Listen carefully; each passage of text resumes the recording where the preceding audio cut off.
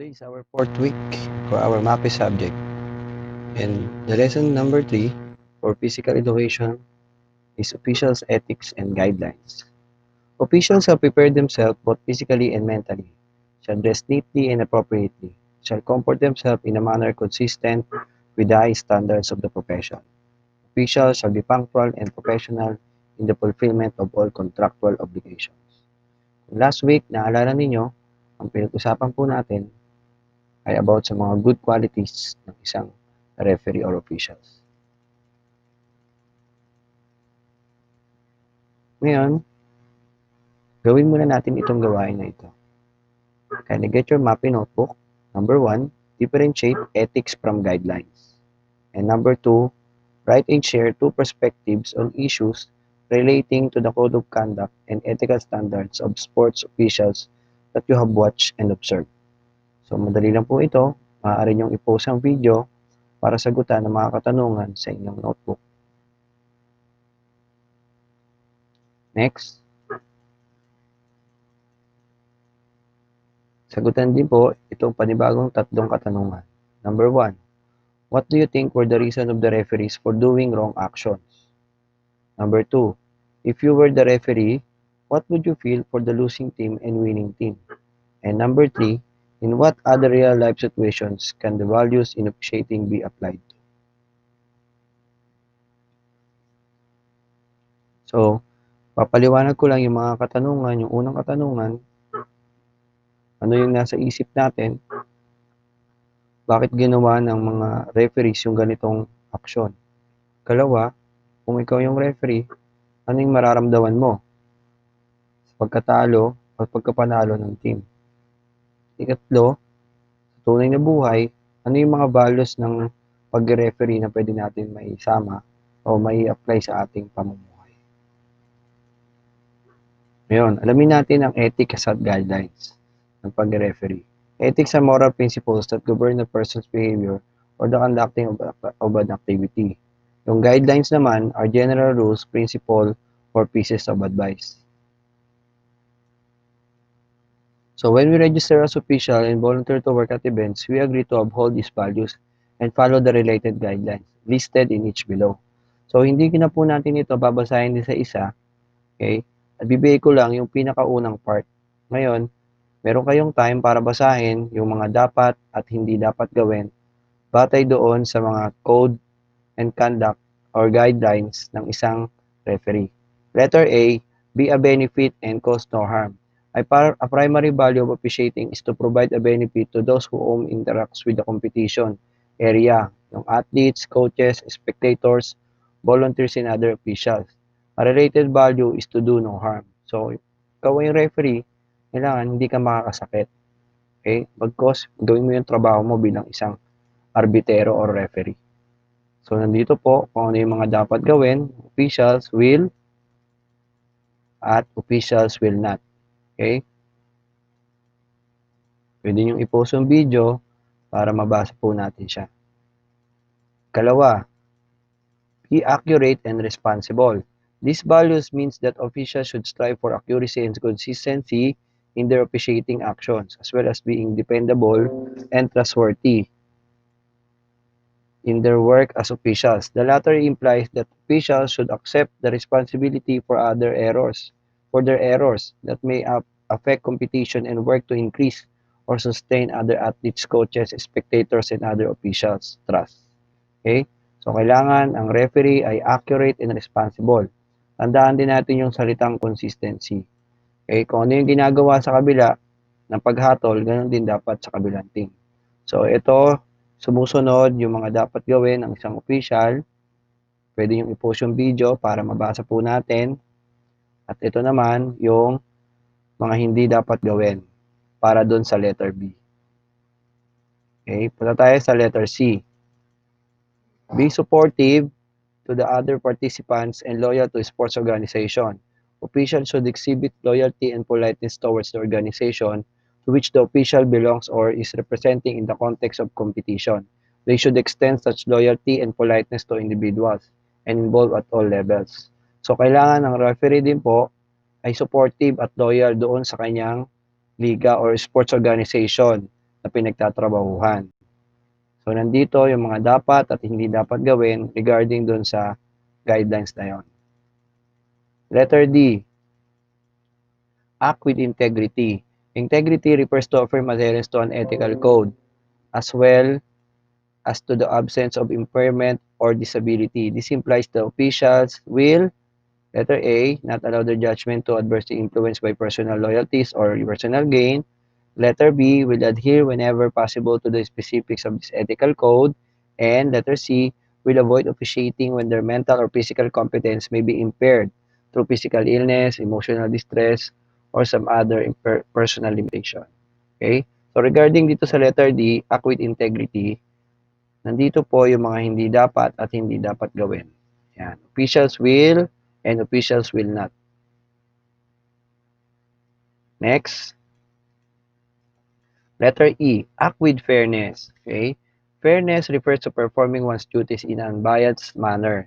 This implies that official will act in a manner that does not create an advantage or disadvantage to any athlete or club. So, isang mahalagang factor na dapat sundin ng isang referee, yung kailangan patas ka, okay, sa pagbibigay ng iyong hatol. So, letter E, act with fairness, at nandito po yung mga dapat at hindi dapat gawin ng isang referee. Okay? Punta tayo sa letter F.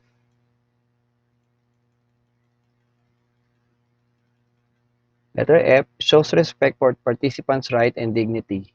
Officials have the duty to respect individual athletes or other parties of competition, independent of cultural, ethnic, gender, age, or other characteristics of the individual that may set the other person apart from the official's own background and sense of familiarity.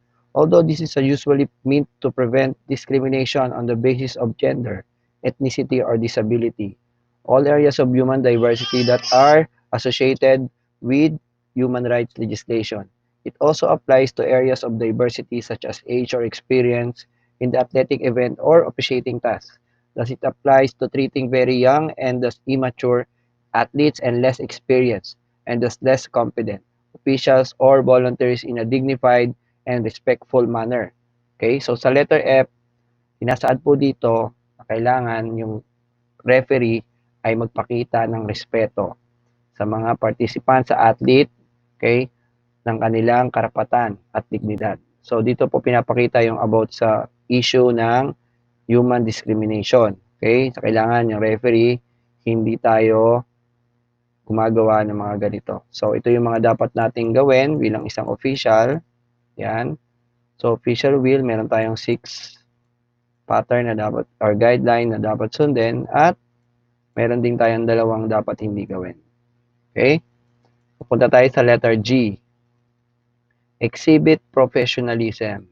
So professionalism means exhibiting a courteous and conscientious and generally business-like manner in the workplace, including volunteer workplace, applied to athletics officials. It means that officials, as part of their volunteer duties, will conform to reasonable technical standards of their area of practice. Example, starter, track umpire, throws judge, as well as to any ethical standards that govern them. Dito naman sa letter G, pinapaliwanag dito na dapat, even though na amateur referee ka, dapat pinapractice mo na yung professionalism. Okay? So, nandito yung mga dapat ninyong gawin para ma-practice yung pagiging professional. Okay? At yung mga hindi nyo dapat gawin para ma-practice natin yung pagiging professional. Okay? So, yan. Punta tayo sa number or letter H, model appropriate health habits. This value presumes that athleticism is part of a generally healthy lifestyle and that athletics and other sports events encourage healthy sports competition and enhance health in their officiating members and in the general public. So dito po, let us remember the word generally healthy lifestyle. So bilang isang referee, kailangan hindi lang tayo physically and mentally fit. Okay? Pati yung pagiging yung social health natin, yung spiritual health natin, ganoon din yung emotional health natin, kailangan healthy rin po. So ito yung mga officials will and officials will not. Okay? Regarding dun sa letter H natin. Okay? Na guideline. Okay? Punta tayo sa letter I. Yan. Adhere to legal standards, obey the Philippine international laws on acts of officiating and laws on sports and other rules of competition. So sa letter I, ang isang referee po ay dapat sumusunod din sa batas ng ating gobyerno. Okay? Hindi lang dun sa batas ng sports natin. Okay? Letter J,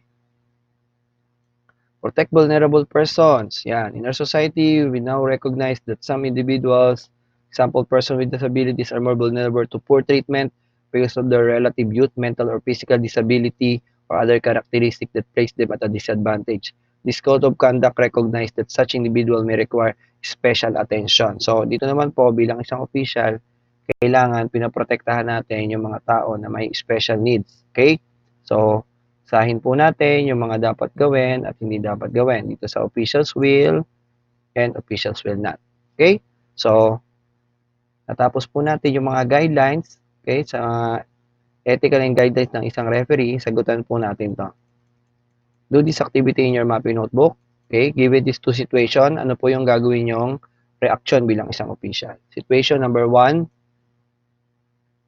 discrimination of special athletes, okay, during the Paralympics.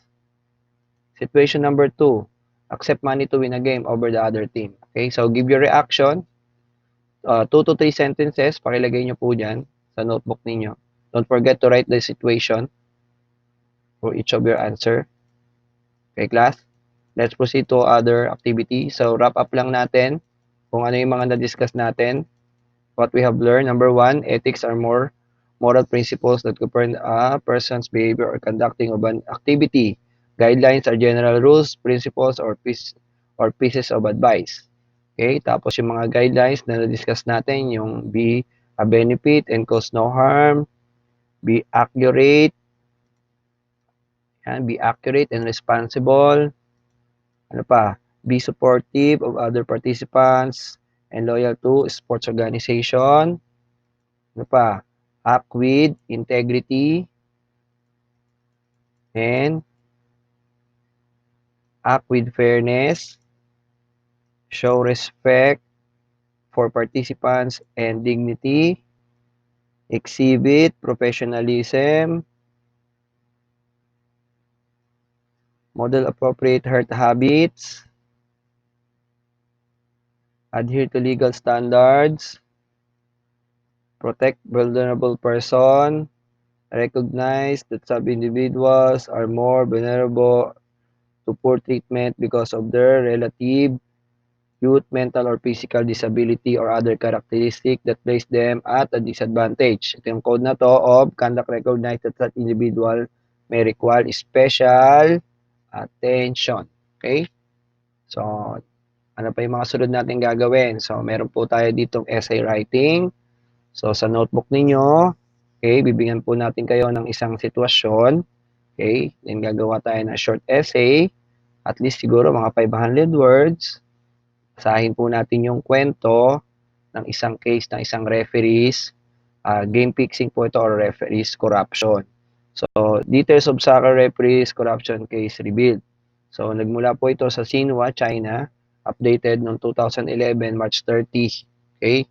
So, nandiyan po. Pwede natin itong i-post para basahin. Okay? Then, sa next page po natin, yung karugtong pa niyang kwento, hindi na po natin siya e-elaborate.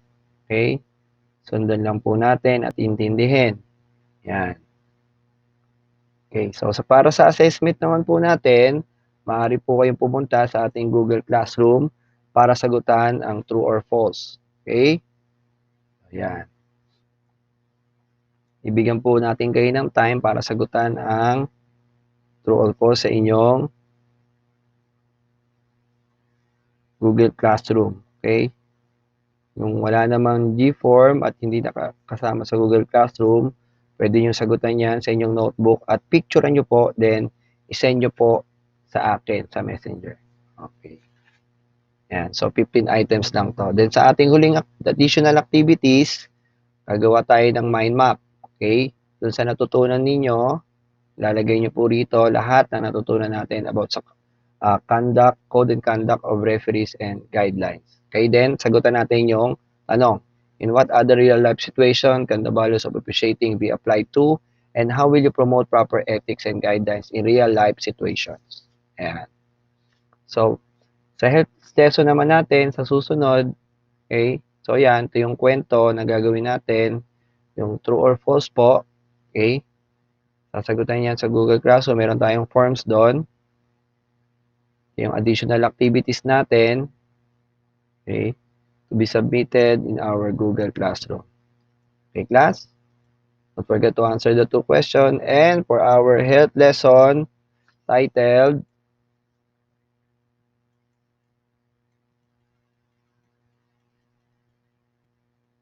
for our health lesson, pollution on focus. Okay, class? So, hanggang dito na lang po ang ating video lesson for the PE. Okay? See you tomorrow sa ating health subject. Again, this is Teacher J. Lung na nagsasabing kung kaya nila, ay kaya nyo din. New normal education, kaya natin gawin. God bless us all. Pray po tayo palagi. Ingat!